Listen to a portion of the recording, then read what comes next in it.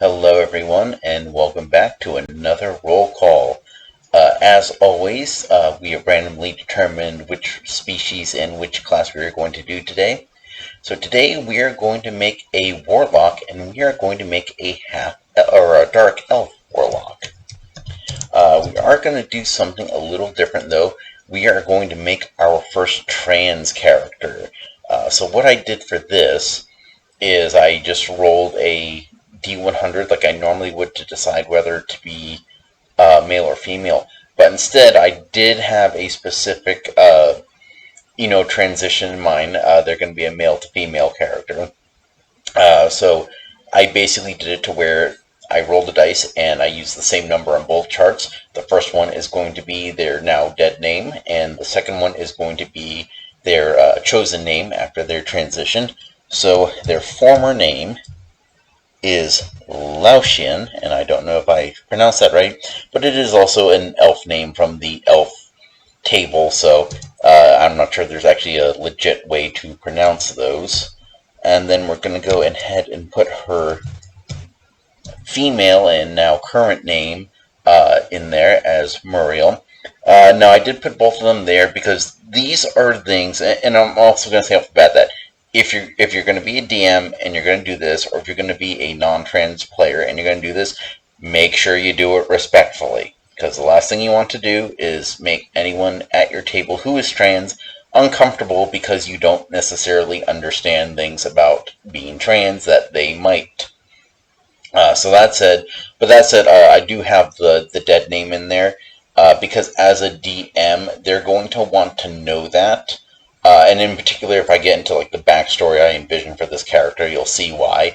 Because there might be people there that don't know them by their new name or don't know they were trans.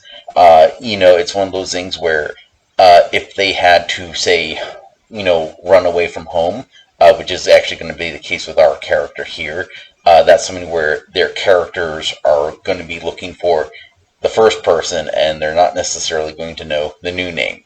So I think it is important for backstory purposes, but again, be respectful. Talk with your player if they make a trans character about the story they want to tell. Make sure it's something that's appropriate for the table. Again, talk to each other. We're all supposed to have fun in this together, and none of us want to be uncomfortable.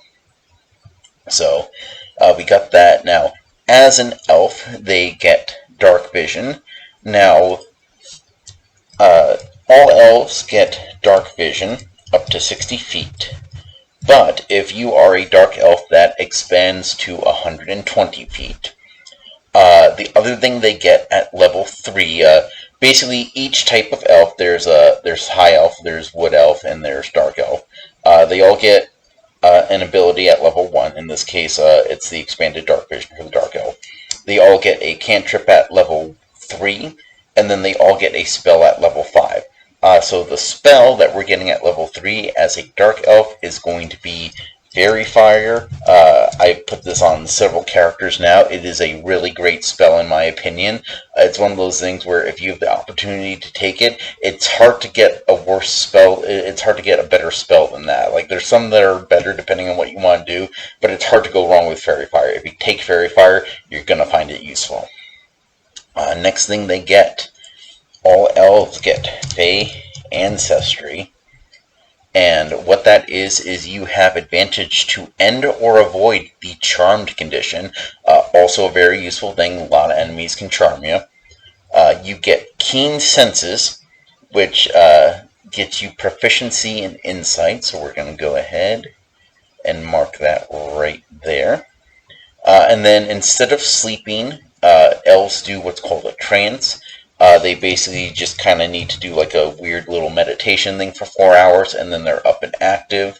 It's usually not a big thing that comes into play, but especially if you have a DM that's going to give you potential night encounters, having that trance is useful, because then you can have one player that, takes the last shift or the first shift, because they only need the 4 hours of Now for background, so something I mentioned in another video is the fact that, dark elves typically are portrayed as evil. Like most dark elves are followers of Lolth, and they are run by a matriarchal society in which men have no rights whatsoever. So that's kind of where I'm going with this character, is that she, was born a male, and of course, because males have no rights in the society, that's going to be something that's very hard on them. So they're looking to escape that.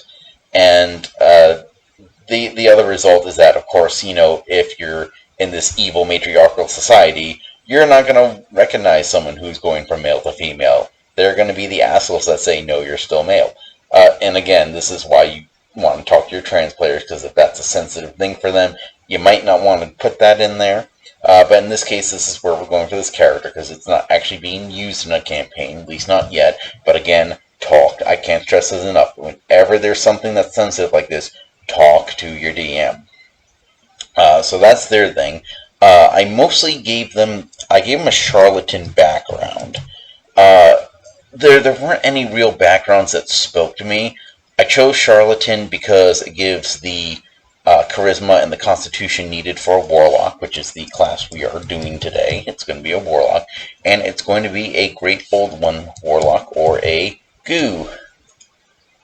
So it's great old one warlock. So I picked charlatan mostly because you get a lot of good skills. You get the disguise kit. I did put several things in there that would kind of help this character present herself how she wants to be presented. I'm looking at things like alter self, illusion magic, things like that. And I think what the character's goal would be is that, they're escaping their really oppressive society, which is in the Underdark, and they come across some sort of eldritch being, or they hear an eldritch being, and make a pact with it, because they promise, hey, if you do what I say, I will give you the body that you want. And that is, of course, going to be very appealing. I don't necessarily imagine this character as an evil character, but I think having, been raised in an evil society, they're at least maybe more towards neutral, if not outright rejecting it and being good. I think most campaigns are going to have good characters, good to neutral characters anyway. You don't typically do evil characters. You can, but again, talk to your DM. So we got that. Now, with that, we get the skilled feat. And the reason this is a nice feat to have is because it is going to give us more skills. Imagine that. It's skilled. So this allows you to pick any 3 tool or skill proficiencies. So here is what I went with. I went with the disguise kit, because that is something that we did not get from our class or our race. And then I went with 2 skills, and this was a little tricky, because this is going to have a lot of skills, even for a warlock. But I think the end result is going to be you're going to have a character that's very much going to be the face of the party.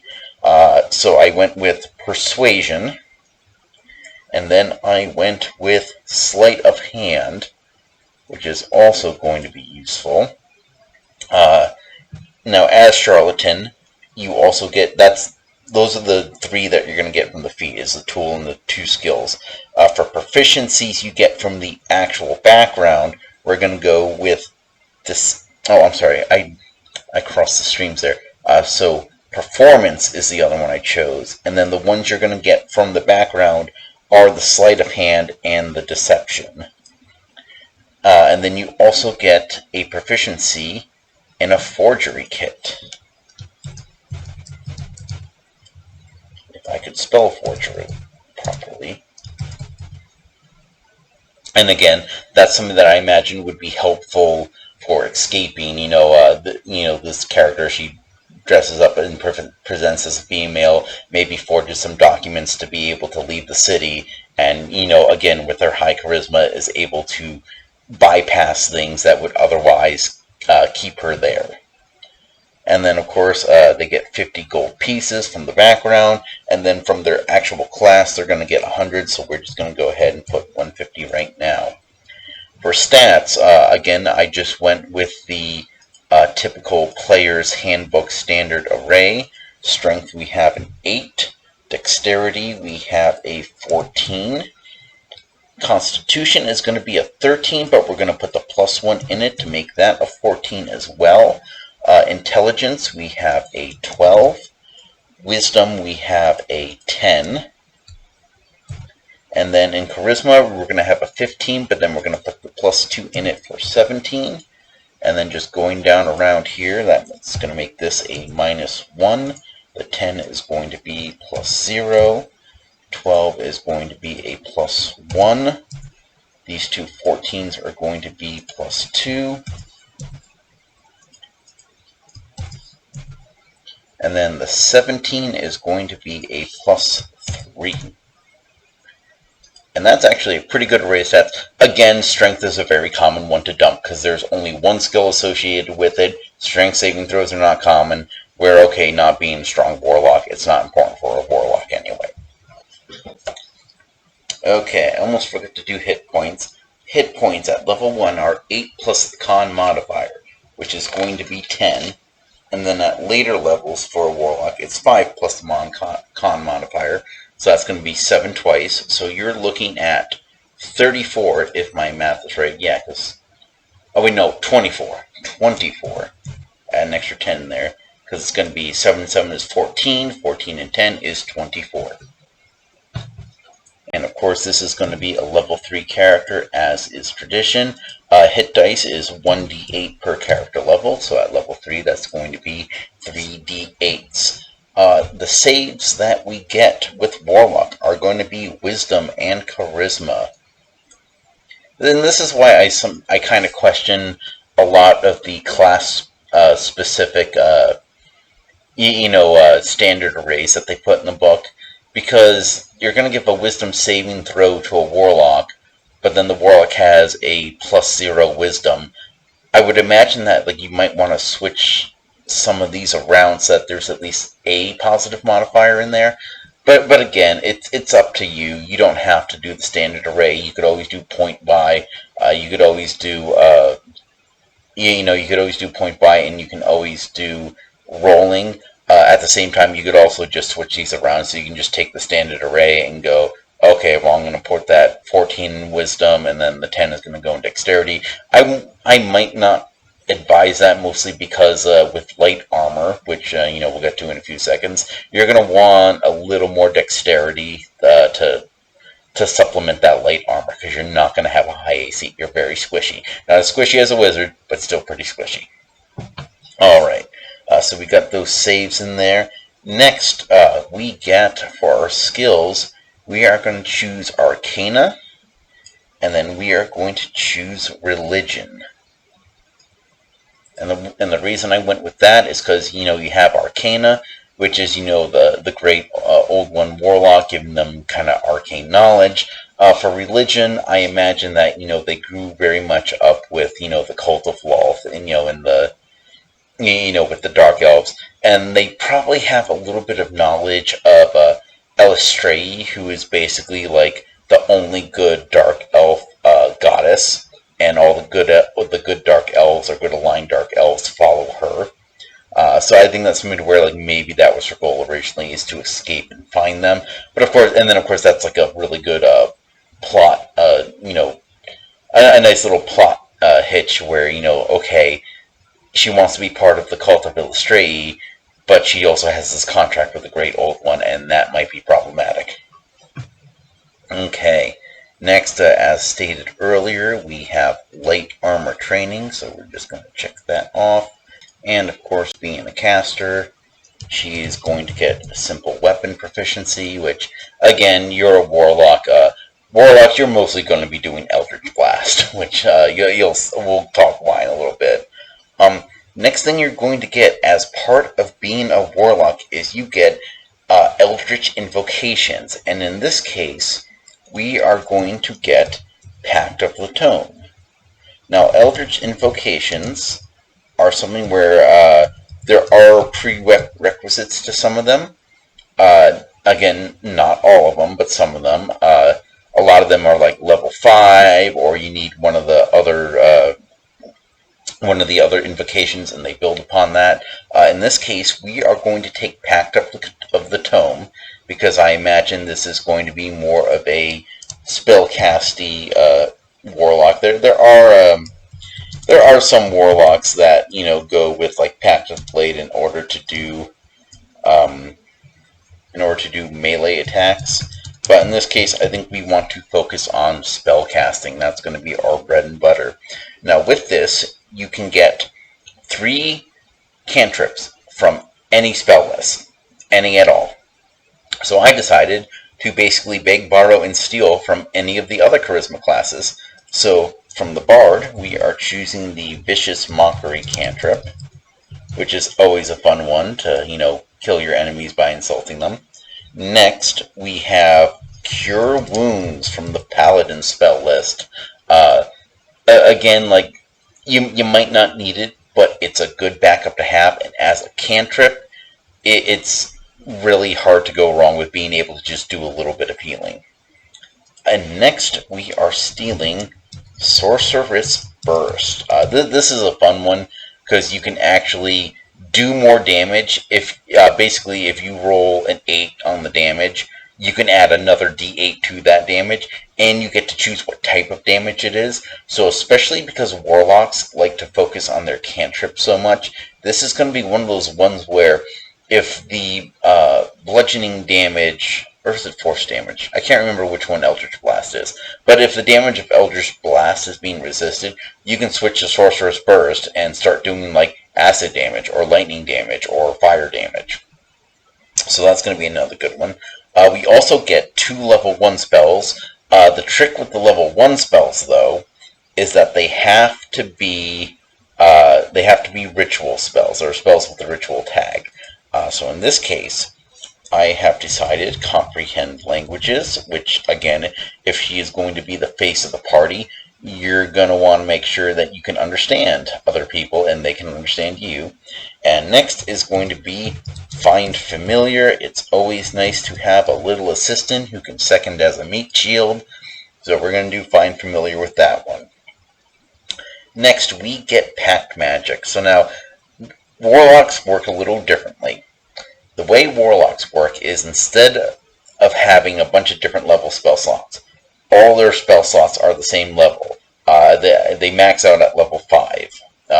So like basically at one point you're going to level up, and your spell slots are going to go from 1 to 2, or 2 to 3, or 3 to 4, and 4 to 5. And then while they do have 6, 7, 8 level and 9 level spells, they kind of cast those differently. But of course we're level 3, so we're nowhere near that yet, so we're not going to worry about that right now. But for the spells that I am going to pick, I chose Arms of Hadar, which is a good little localized AoE around you. Next, I chose Charm Person, again, being the face of the party. Maybe if you're with someone who is hostile and the negotiations go south, you can charm them, use them to get past the door and like preoccupy themselves otherwise. Again, it's a very useful one to have. Next is Hex. That's going to be a nice one to help debuff your enemies, do a little extra damage. And then I'm going to go with Witch Bolt. Sorry, I had to re-look there because originally I had chosen Tasha's Hideous Laughter, but you'll see why that was actually completely redundant later, and I had to change it. Next thing you're going to get from your class is Magical Cunning. This is a way for you to recover your spell slots on a short rest. You basically take 1 minute and you can recover a number of spell slots equal to 1/2 your level rounded up. So at level 3 that means we can recover 2 spell slots, which for a warlock is a lot, because warlocks don't get a lot of spell slots, but they get a lot of cantrips and they get a lot of those spells that allow you to upcast in order to do more things. Now, for our class, I said we are already going to be a Great Old One or Goo Warlock. The first thing you're going to get is Awakened Mind. That one is actually pretty simple. You choose a creature within 30 feet of you, and you two can speak telepathically, provided that you use a language that the other understands. So if you understand Dwarvish and the other guy or if you understand Dwarvish and the other guy understands you, but maybe doesn't know, but only speaks Dwarvish, you have to understand each other, basically. You have to basically use a language that you know, and the person receiving it is going to hear it in that language. So if you speak in Orcish and the character doesn't know Orcish, they're not going to know what you're saying. If they do speak Orcish, they are going to know what you're saying. Simple as that. It's usually not going to be a problem because most people are going to be speaking common, and if you're speaking telepathically, it's not like you have to worry about people hearing or understanding you. Next, we get Great Old One spells, or as we are going to abbreviate it, GOO spells. Now, this is a list of spells that is always prepared for you. They don't count against the number of spells you can prepare, so these are all going to be in addition to our already considerable spell list. At level 3, you are going to get the spells Detect Thoughts. Then you get Dissonant Whispers. You get Phantasmal Force.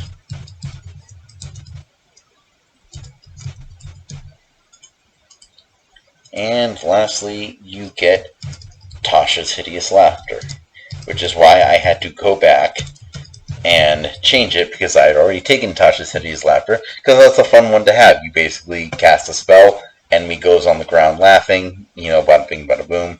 Of course, languages.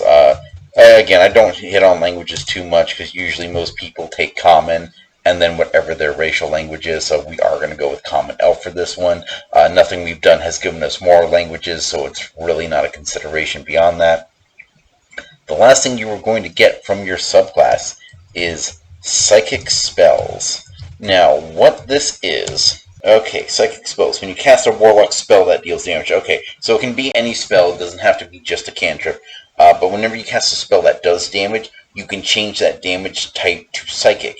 But the other thing, and this is what's really interesting, is when you cast a Warlock spell that is an enchantment or an illusion, you can do so without verbal or somatic components. This is a big thing, because it's one of those things that people sometimes, overlook the component part of things. Because, most people go with spellcasting focus. A lot of spells don't have a material component that gets consumed, although some do. But at the end of the day, it's almost a secondary thought, unless there's something very unusual happening. But here's where it gets interesting. And this is one of the reasons why I really like the sorcerers too, because they can use Subtle Spell, which is essentially the same effect. It just costs them a sorcery point. But what it is that I always I imagine, it's like if something happens where everyone's in prison, and the guard is wearing armor, you wouldn't be able to use heat melt because I don't think it's an illusion or a enchantment. But, the ability to cast any sort of spell with only a material component where you don't have to say anything loud, you don't have to wave your arms there. Because I just imagine you're in prison and you can cast something and you're just like, oh yeah, no, I'm not doing anything suspicious, but you're casting a spell that's going to help you escape. So I really like that one, and especially with illusion spells. That's one of those ones where that's fun to get really tricky and creative with. I know the Wizard Illusionist has an ability that's basically the same thing, where they don't have to use the verbal or somatic components. Sorcerers, as I mentioned, they have the sorcery points and the meta magic they can use to do that. But there's other classes that I'm really surprised don't get this. Like Arcane Trickster Rogues, that is something that would so be up their alley. Honestly, if I were a rogue, I might very well take a few levels of Warlock just to get this ability for illusion or enchantment spells. There might be other easier ways to do it. I can't remember when wizards get theirs. But then the Trickster Cleric. How is it that the person worshipping the Trickster Guard still has to, shout and wave their hands for their illusion spells? Like the trickery thing, you'd think that they'd be able to just do that. You'd think they would get that. But again, that's just me kind of lamenting that. I guess like not everyone can have every cool toy in the chest, but I really wish those two subclasses got something like this. But it is what it is.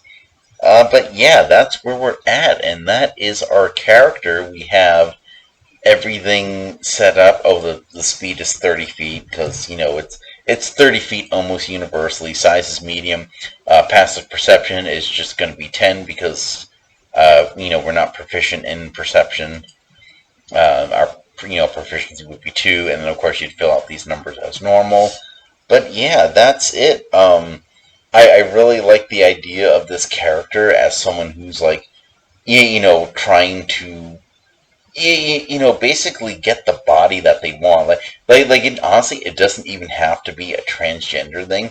Like, if you, I can imagine, like, if there's a character who, just wants to erase their past and, like, be like, you know what, everywhere I go, it's like, I'm treated differently, or something like that. I want to be able to body, or maybe like an older character. Like, imagine this as like if you didn't want to do a trans character, you could do like an elderly warlock who's like, oh no, I want to regain my youth. And of course, a lot of their spells they use it because they want to be portrayed as useful, or as youthful. Excuse me. So yeah, that's the character. Lot of focus on illusion. Oh, the other thing. So with the psychic spells, I should probably mention which spells they apply to. They apply to. Oh, did I get? Oh, I forgot to do Pact magic.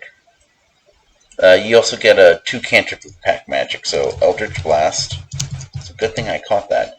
And then I also did minor illusion. Oh, not there. So, Minor Illusion, obviously an illusion spell. Charm Person and Hex both qualify for, not needing verbal and somatic components. And then a lot on the Warlock Goo spell list. The Dissonant Whispers, Phantasmal Force, and Hideous Laughter all benefit from that. Vicious Mockery also benefits from not having verbal or somatic components. Although, that would be really weird, though, because I feel like Vicious Mockery, part of it is, like, you do say the insult, but then I could also imagine the character being, like, wanting to cast Vicious Mockery, and they're just like, and it does damage, just flips them off, does damage. But yeah, so that's the character right there. Eldritch Blast, there's a lot of baggage with Eldritch Blast. Everyone goes like, oh, like every Warlock, picks Eldritch Blast, which you don't have to. You absolutely don't have to. But at the same time, it's so good that it's hard to ignore. It is literally like the attack. Like, if you could choose any attack cantrip in the game, choose Eldritch Blast. Like it does good damage. Of course, you can just cast it left, right, and center because it's a cantrip. And then especially if you're a warlock, a lot of the Eldritch invocations are about modifying that Eldritch Blast to do different things, whether it's like pushing an enemy away, pulling it towards you, just dealing extra damage. So it's definitely worth taking. I do recommend every warlock to take it, but of course you don't have to. But yeah, so this is Meriele, the Charlatan Dark Elf Warlock of the Great Old One. Hope you guys like that character. Feel free to use it at your table if you want, as always. And as I'm trying to remember to do more, do all the YouTube stuff, like, subscribe. It really helps the channel. So as always, thank you for joining me, and keep doing what makes you awesome. Thank you very much, and goodbye.